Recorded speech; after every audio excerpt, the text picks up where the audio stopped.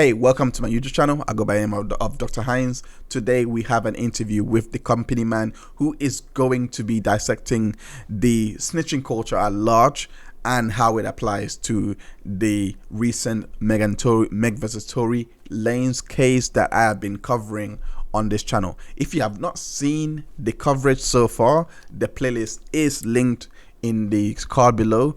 Do go and bench watch that. The new episode and the new installment of it, the final installment of it, episode 3, will be released on the channel very soon. So don't forget to subscribe, hit the bell notification so that you can be the first to watch. Thanks so much for clicking on this, and let's get on with the interview. Yeah, I'm Justin Hunt. I write about rap music and talking about it on the radio and through my YouTube channel, The Company Man. I have worked for a number of publications. I was former editor-in-chief of a large publication. I've worked with a record label. I've written for television, and I'm happy to be here. So thank you for having me. Oh, and also, fun fact, he actually done a talk over here in the UK at, is it Cambridge University, if I'm not mistaken? Oxford Union. Oxford Union. Yeah. So that's how I got to know. I got to know you and followed your work since.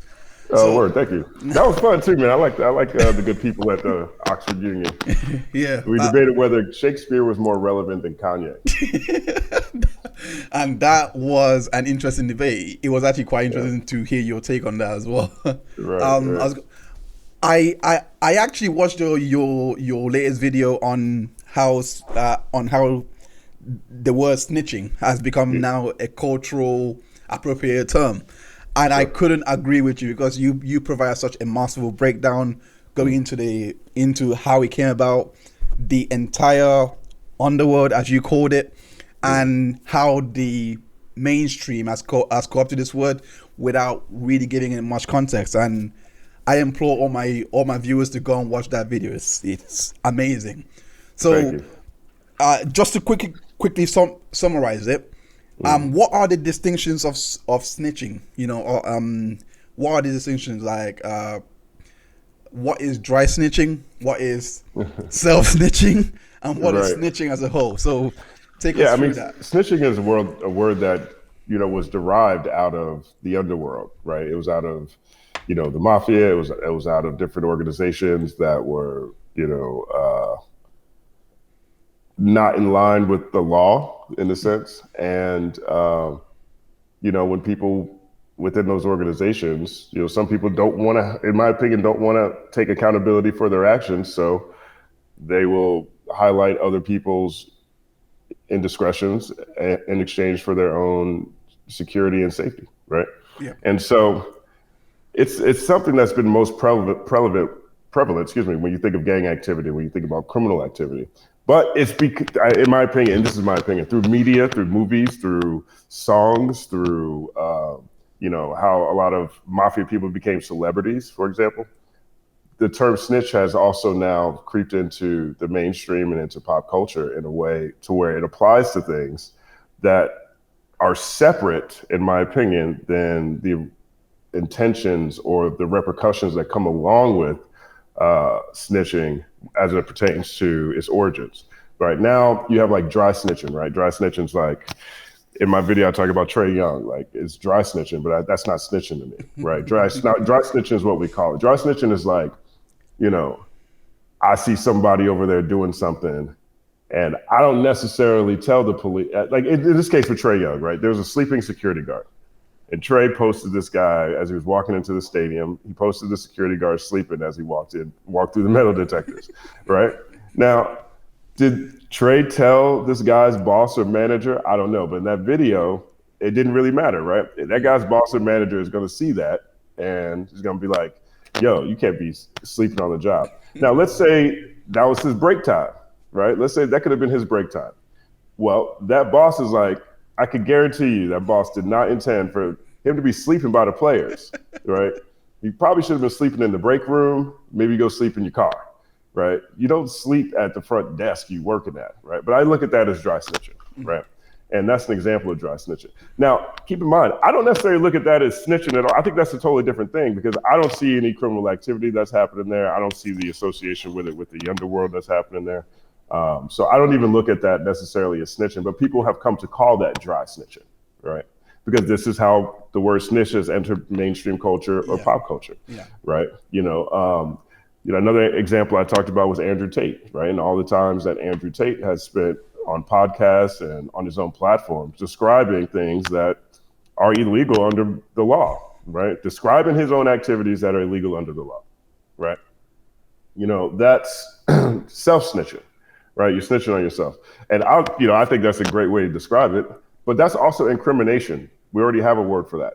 You can incriminate yourself, right? I mean, in the court, in the U.S. courts, I believe you can't even incriminate yourself in court. But there's a word for that. There is a word for that already. So we're just calling it self-snitching because, mainstream culture, pop culture has co-opted and culturally appropriated the word snitch, right? But then there's snitching.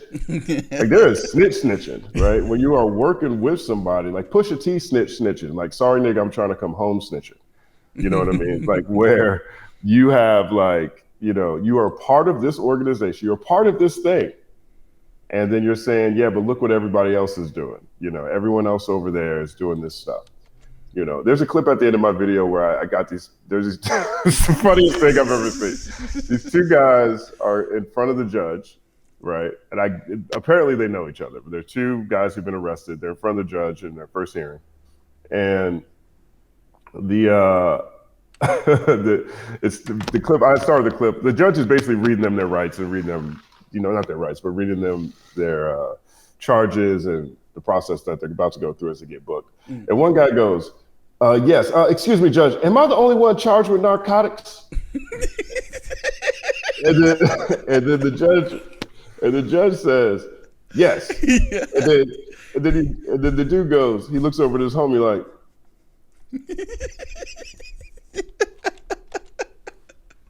And then his eyes get real big. It looks like he want to murder that dude right now. That's snitch. That dude, that other guy snitch. Like that's the worst. That other guy did not want to be responsible for his actions. So whatever he said to whatever officials completely took the responsibility off of him and put it onto his homie. That's snitch. That is snitching. Like that is snitching. 100%. You know what I mean?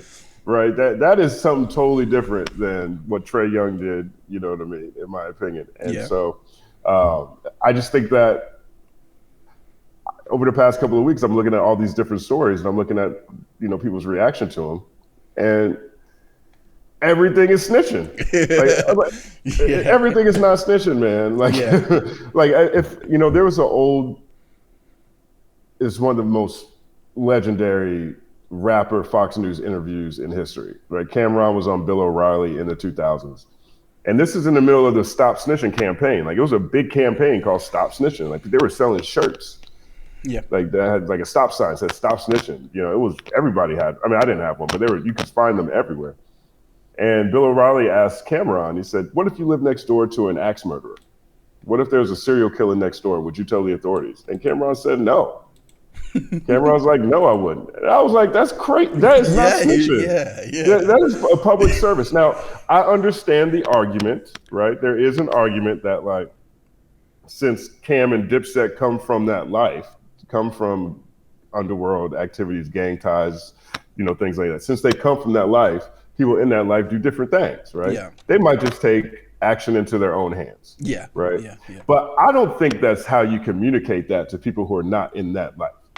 Right. That sends a message to people that, hey, even if Jeffrey Dahmer lived next door, you don't call the police. No, you call the police. Yeah. And it's not, and you shouldn't be worried about it being snitching. That lady and the lady who called the cops on Jeffrey Dahmer over and over and over and over and over again was a hero. Yeah. 100%. Right? He was eating niggas. Okay. That is not snitching. And what an example. Misconfused. That shouldn't be misconstrued. Yeah. And because the word snitch has gotten to such pop culture levels, there's this perception that if you tell on anybody doing anything, that's snitching. Right. If you share information that's not your business with or if you share information on someone else that's not your business in any capacity, that's snitching. No. That's not. That's it's an example of people needing to, in my opinion, look out for each other as a community, right? Like I've quote unquote snitched before. I had a 7-Eleven. I used to live in Hollywood. There was a 7-Eleven on the corner. I used to go to the 7-Eleven all the time. It was 24 hours. It was right across the street from my apartment. Anytime I needed anything, I would just go to 24-hour 7-Eleven. I knew officers. 7-Eleven's like it's like a convenience store. Oh, okay. Okay, right. But it's not. I'm British. We don't know these terms. Okay, gotcha. Well, 7-Eleven.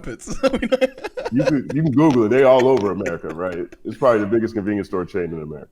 Okay. And so 7-Eleven, I knew the people who were. I knew Afzal. I knew all the homies who worked there. I went there all the time. And one day I went into the 7-Eleven, and there was a bunch of kids. They all ran in at the same time, grabbed a whole bunch of beer, and they all ran out. And when I was walking up, I saw them running out with all the beer, and Afzal looked concerned. So I took a picture of their license plate and I gave it to Afzal, because I can't have my 7-Eleven being a target. I go to that 7-Eleven all the time. You can come to my community, start messing with my people, and call me a snitch if you want to, but maybe you should have picked a different 7-Eleven. Or whatever, you know what I'm saying? Like my 7-Eleven is not going to be a target, And I didn't know those kids, I'm glad that you laid it out the way you did, in terms of bringing Jeffrey Dahmer into it, as well as your own personal experience, because you spoke about that beautifully in your video, where you actually gave a great distinction between culture and community.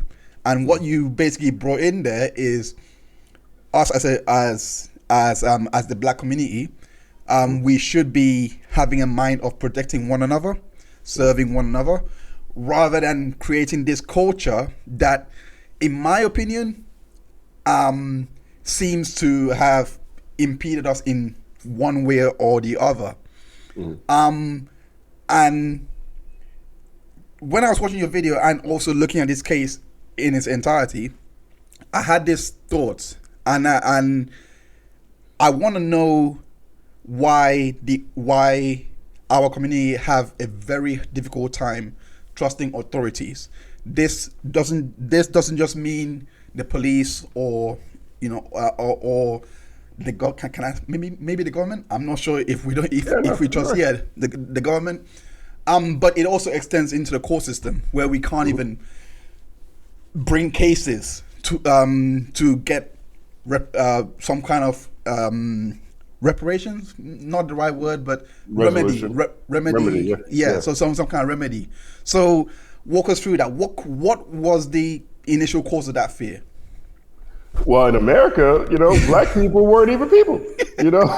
We were enslaved populations. And then following the Civil War, we went through Jim Crow. It's colorism is a real thing. Racism is a real thing here. I am by no means saying that, hey, Black people, it's time to start trusting the cops and the police. I'm not saying that. I understand.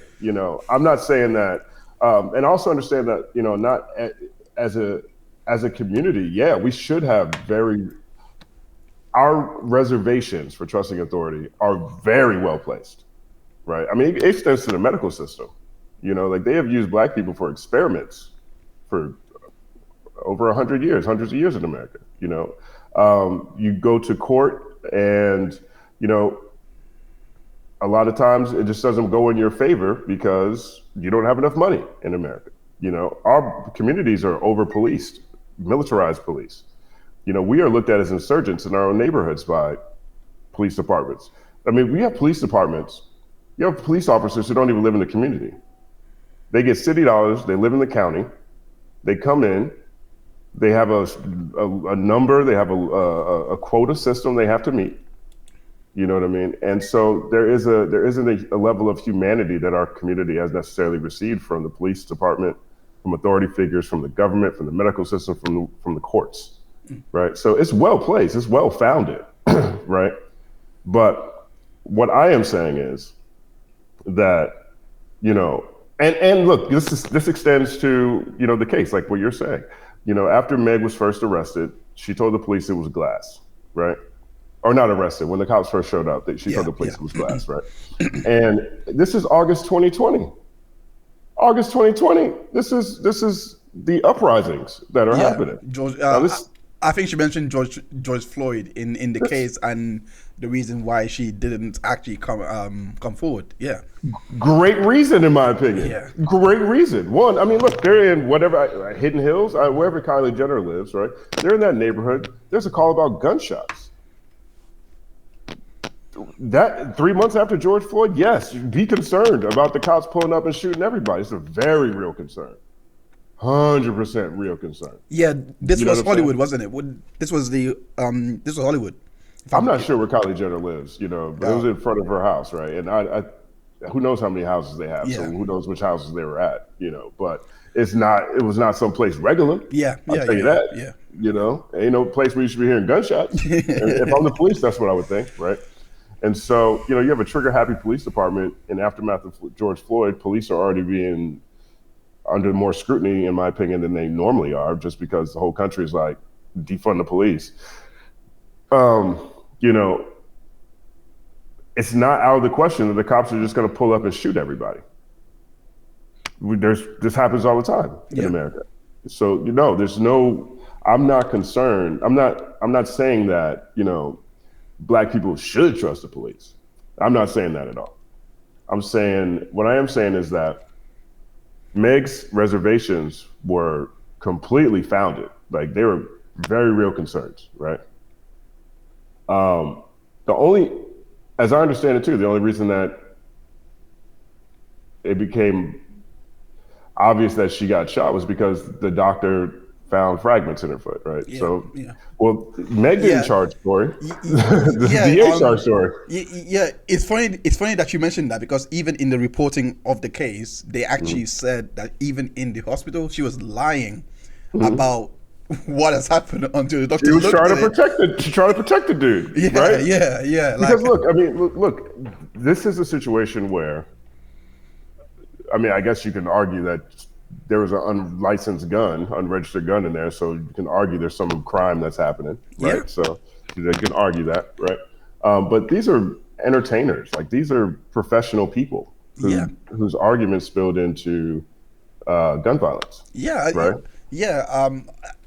I guess that leads me to my next question I guess it may have been answered at the same time, but I was going to ask, how does it apply to Tory in terms of this whole snitching culture and the distrust of the police, who would have had charges brought against him that was looking at a maximum charge of 23 years. Like, from what has already been established so far, and I think you even said that she didn't even brought the case forward. It was the DA through the police that actually brought the case forward. Right. So with Kelsey pleading the fifth, with and asking for immunity. Her lawyer, she couldn't even say the thing right. Yeah. It's like her lawyer was just like, go wing it. Yeah. Like, so with all of that, would you say that was a manifestation of this culture playing out? 100%. Look, the original version of the breakdown, the TBD that I put up this weekend, had a section in there where I talked about that, and I connected the dots. I cut it for time. It just felt like it was dragging on a little long, so I cut it out. But 100%, right? Look, you got Meg talking about how in our community, we don't trust the police, we don't talk to authorities, very well founded. Kelsey, they're from the same community. They grew up, they were friends.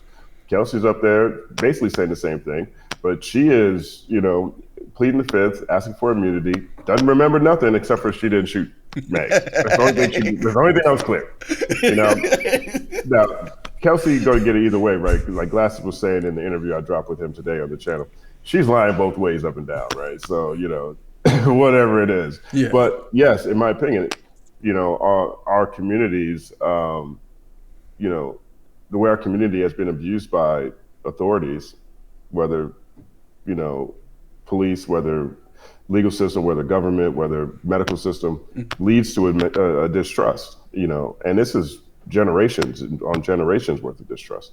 So 100%. Yeah, I believe personally, definitely what Meg did and what Meg's reaction and how she handled it, and also the response. You know, as part of her testimony, she said this. It stems from a lack of trust with the police officers or with the community, right? And I think that seeps down one level too. It's like talking to them in any capacity is now snitching. See, that's where it loses me. Yeah, same. That's where it loses me. Like, same. you know, I understand if you don't want to, I understand the sensitivity of trying to protect people, but to think that if you're in that situation and you get shot by someone and you tell the authorities, whether it was on purpose or otherwise, now you're snitching. Yeah. What?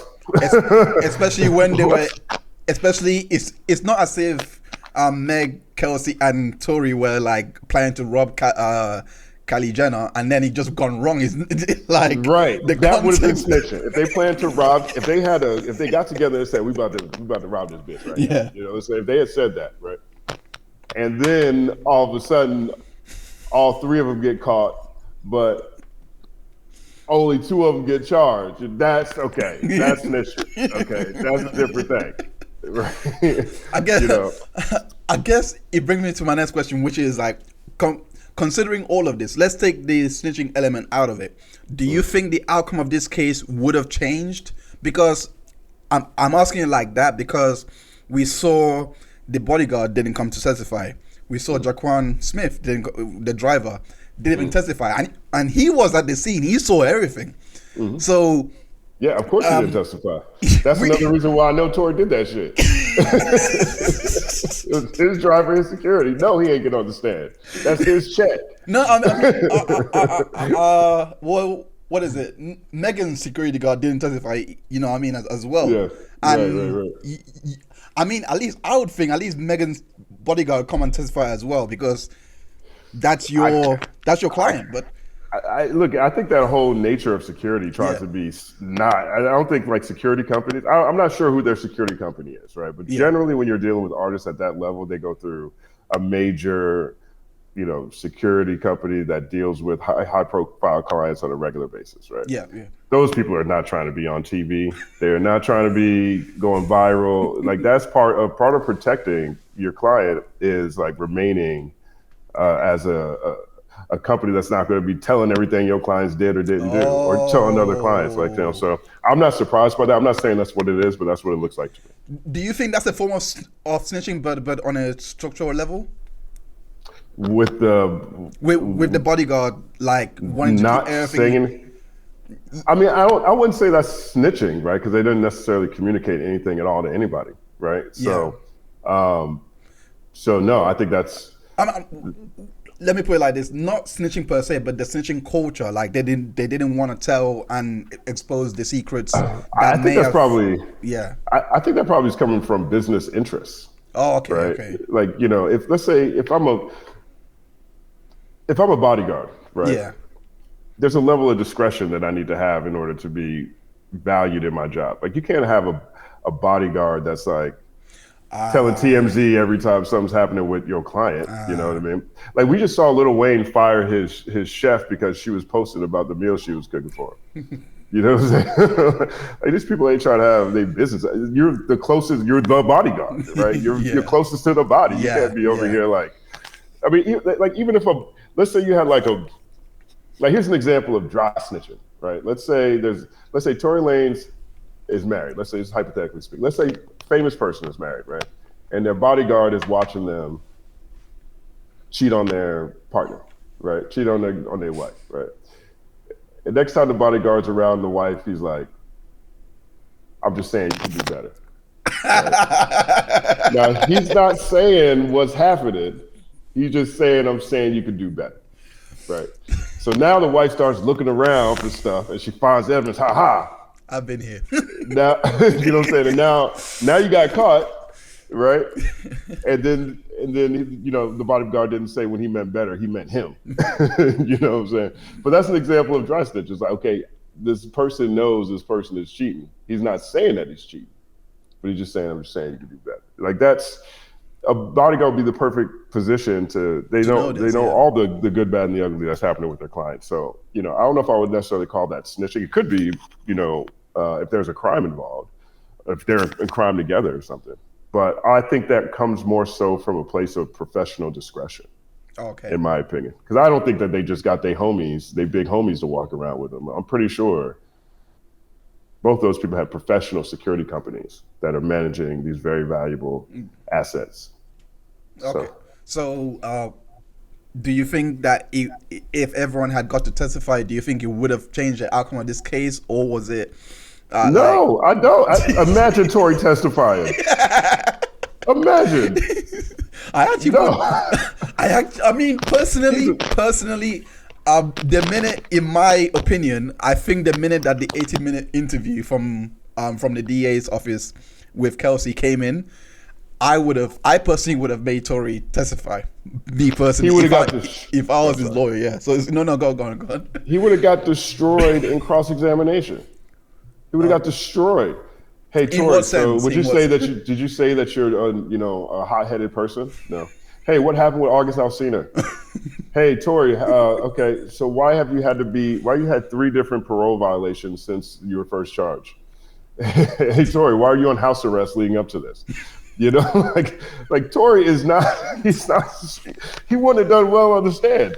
Like, they would have destroyed him. By the time the DA was done, they would have thought he attempted murder. He wasn't even charged with attempted murder. They might have even said, hey, man, you guys should go with attempted murder. Clearly, this guy got to be off the streets.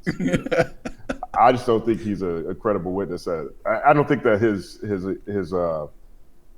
own personal and public record is strong enough to sustain that cross-examination.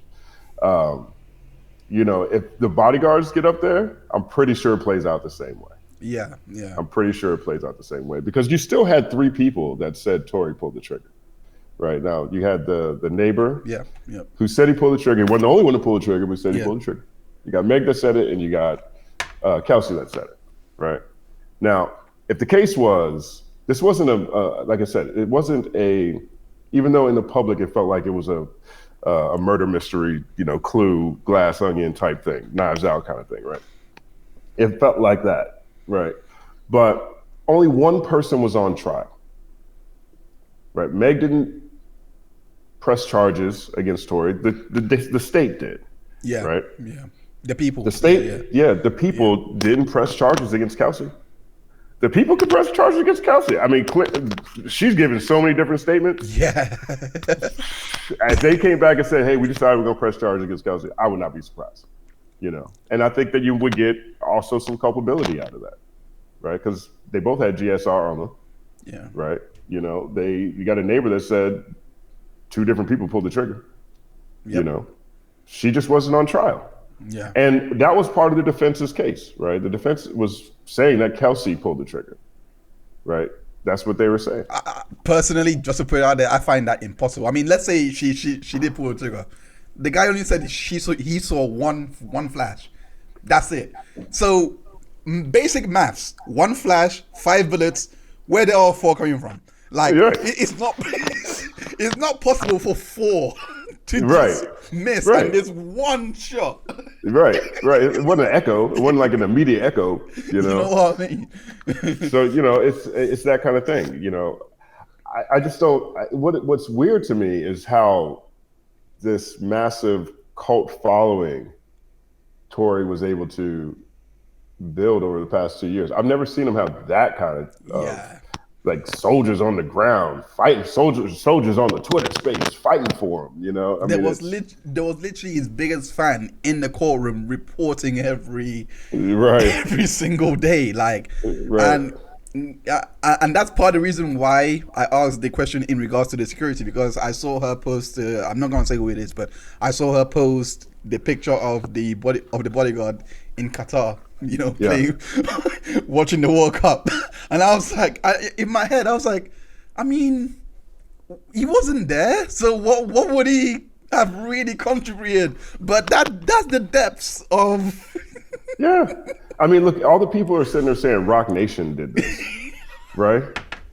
Rock Nation. But the irony of that is, if Tory had been found not guilty, everyone would have been saying Jay Prince did this, Rap-A-Lot did this. Kelsey's married to a man who's on Jay Prince payroll. Jay Prince is upset at Meg because she went to Rock Nation. There's a thing going on. It would have been the same. It was just a different black executive with ties to the underworld. It would just been a different one. Okay. Let's not be too crazy out here in these streets. I mean, so many insane theories have come out that I've seen. Yeah. That I look at it and it remembered the spaces that we were in.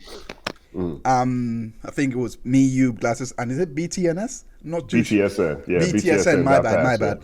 It was, and the conversation was, this isn't the hill to die on. It's not. Tory is not the hill to die on. Yeah. And I thought, let's bring that back here just to end on this note, because let's go summarize that space conversation, because I felt that at the time it was a very compelling conversation that no one was having. Yeah. And let's echo that again. Yeah, I mean, the conversation took place on BTSN.pass on their Twitter Spaces. It's available on the BTSN YouTube channel, so people who don't have, I'll send you a link to it too, so you can link people to it. I'll post it on the description, yeah. And this is the night that the verdict came in, where Tory was found guilty. Emotions were high, people's opinions were on fire. And it sounded like people were looking at Tory Lanez as another victim of the system. They were framing him as if he was just walking down the street, saw two chicks fighting. Someone else came and shot all these bullets, and he just was the only black guy there, and they took him to jail. I mean, they made it seem like, he was like, a political prisoner or something, right? No, this is a guy who had been apparently involved with both chicks, trying to smash a third, a dude who was fighting August Alsina, a dude who had made an album trying to capitalize off of this case. He had been using this situation to further his own brand. Arguably, or there are allegations that he's using his resources to have a misinformation, disinformation campaign, vehemently saying he did not do this thing.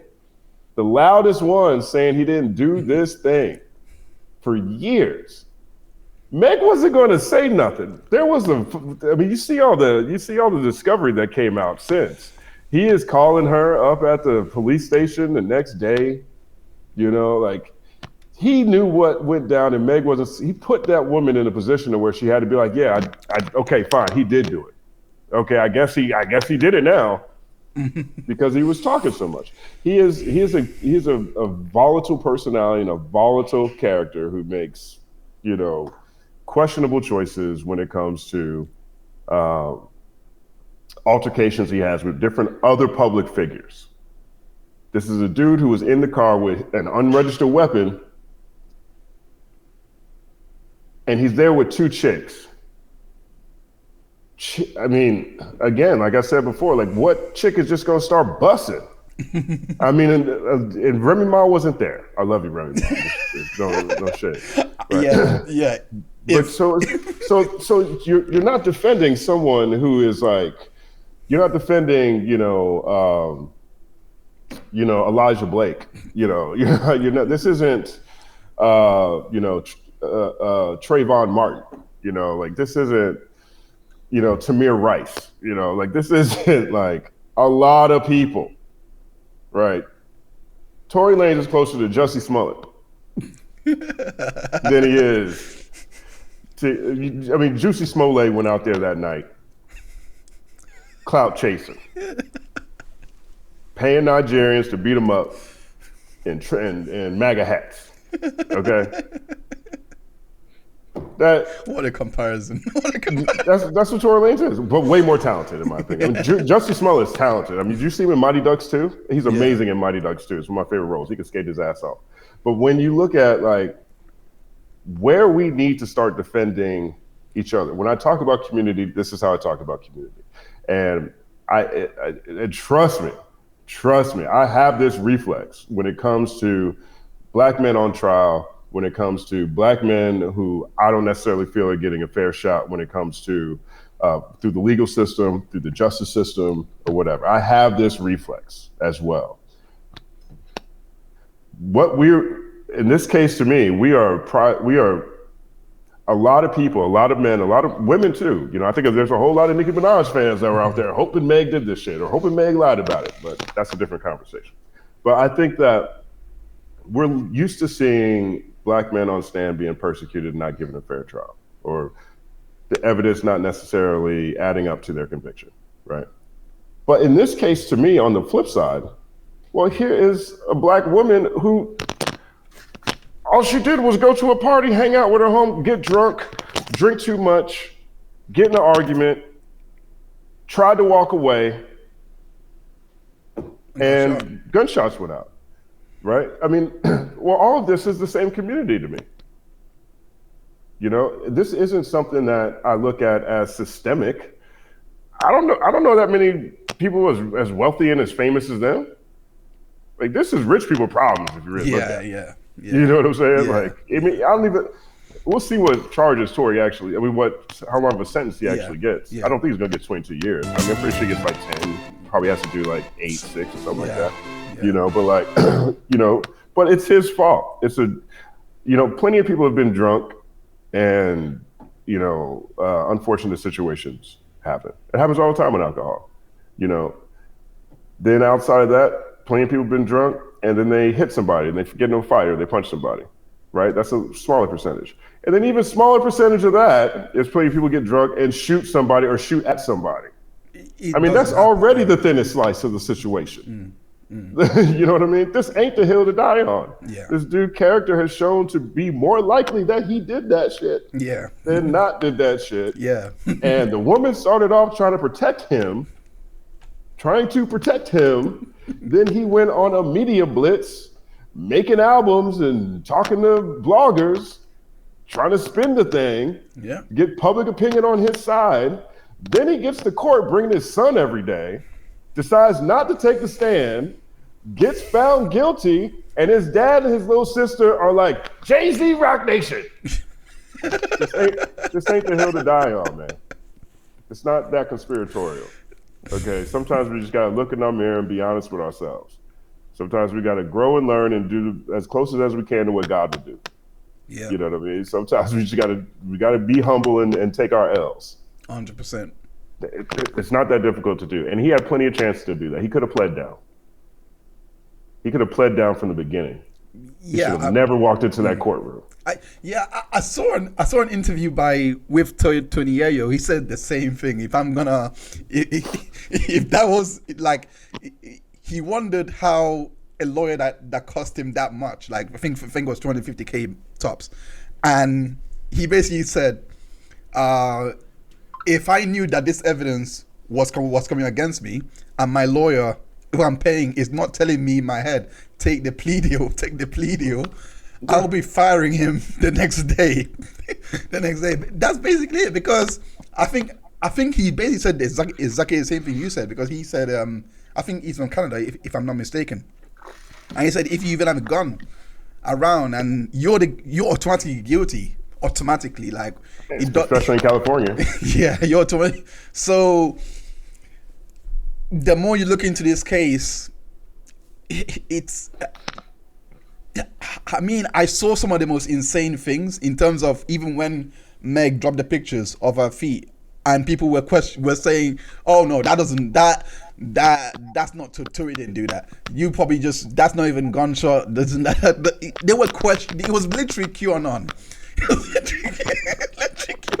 I cannot be like, you know, anyway. Yeah, I mean, look, and again, it stems from our community's distrust in authorities, but I also think, you know, current internet culture has a very real distrust for women. You know, Me Too movement rubbed a lot of people the wrong way. You know, there's a huge manhood movement, or masculinity movement, right? And that has a lot of bad actors in it. Yeah. I'm not saying that they're necessarily wrong, but I think there's a lot of bad actors and manipulators in it. I mean, you know, it's easy for strong men to come in and manipulate Weak men. populations. Yeah, Yeah. because of weak men, but populations that feel like they're not getting a fair chance, Yeah, right? yeah. And so, all of those things are in the essence of this trial to me, and in this dynamic. And it's funny in America, right? If you look at Pew Research, they do a lot of different surveys on everything from like, who you gonna vote for to, what you eat for breakfast, right? And so they did a happiness survey. They do it all the time. And men are least happy than they've ever been in American history since this study has been done. Yeah, yeah. And you could kind of see it in the music, right? One of the biggest songs, WAP, Wet Ass Pussy, it's mine. I can do what I want with it. You got Meg in response to the baby, I can do what I want with my body. You got Glorilla, fuck nigga free. You know what I'm saying? I'm fuck nigga free, right? All the songs are like about women empowerment and how they don't need dudes. I mean, even Adele's last album, like Woman Like Me, is one of my favorite songs ever. Ever. I love that song. But Adele's last album is like, yeah, I don't need you no more. All these songs are like that, But if you look at that same Pew Research study, well, women are happier than ever. Like they are happy. So I don't feel like men's happiness is inextricably tied to women's unhappiness. I think both populations can be happy. I think it takes some evolution. Yeah. And I don't think the answer is to put women in situations where they have less agency. Yeah. And I saw that playing out in the responses. I think people just felt like, oh, here's another woman that's lying on a man. Yeah. Yeah. This ain't the hill to die on. Yeah. I'm not saying those things don't happen. Yeah. I'm saying we got to look at the man too. And Tory Lanez. Yeah. You can go do a Tory Lanez Google search. Yeah. Of the number of gray area situations we maybe don't have all the information around, except for the fact that there's a lot of different gray area situations. When you got a lot of different gray area situations, okay, that's the situation. For some reason, if you got one, it's one. Yeah. If you got like 6, yeah, okay. For some reason, they try to paint him as they try to paint him as Denzel Washington or something, or Will Smith or something like that, and I'm like, no. I mean, at least if it was those two, and then we hear this, I'll be like, let me act. My eyes will be picked up. I'll be like, right. Oh wow, Will did this or something like that. Mm-hmm. But it's Tory. Yeah. But Tory, look, I don't want to do that to Tory, because Tory is wild talented. He makes some big songs. Yeah, incredible songwriter, and he's from Canada. So I'm sure in Canada he's probably like Will Smith or Denzel. So he's probably like a notch under Drake in Canada, 2 notches under Drake. No, you know what I'm saying? I don't mean in terms of talent. I meant in terms of persona. That's what I mean. I'm saying in Canada he's probably two notches under Drake, right? Because you got Drake The Weeknd, and Tory's probly right after him. Okay. I see what you think about it. Yeah, I see what you mean. I mean, where's Justin Bieber from? Is he from Canada? Yeah, he's from Canada as well. Okay, so Tory's like 4th. Yeah. So by association, they wouldn't really class him as this dangerous individual or anything like that. Theoretically, right? Okay. But everybody be talking mob ties. I've been seeing everybody talking mob ties these days, so I don't know. Maybe they all are. Maybe it would have been snitching. I don't know. Who knows? Justin, thank you so much for talking with me today. This has been such a learning experience, such an enlightening conversation. And what's your YouTube channel? How can people find you? Yeah, you can find me on YouTube. The Company Man, THE Company Man, at the Company Man on everything. Also check out btsn.watch on your URL, or you can just check out btsn.pass on social media on YouTube as well. I really enjoyed this, Sally. Thank you so much for having me. I'm sorry for the delay. Thank you for your patience. We were supposed to do this earlier. No, it's all good. We got a chance to do it now. We got it done in the end. We got it done in the end. We got it done again. So thanks so much for joining me, and I hope we can do this again. Let's do it all the time. I'm down to do whenever. Yeah. Amazing. I mean, thank you. If you've made it this far, thank you so much for watching the interview with the Company Man. It's our pleasure that we had this sit down and break down the intricacies of this case. You can catch the third episode of this case, which is being released very, very soon onto the channel. Do subscribe to and click those bell notifications so that you can be notified when it is being released. Once again, thank you so much, and I appreciate all your support as we grow this channel together. Have a good day.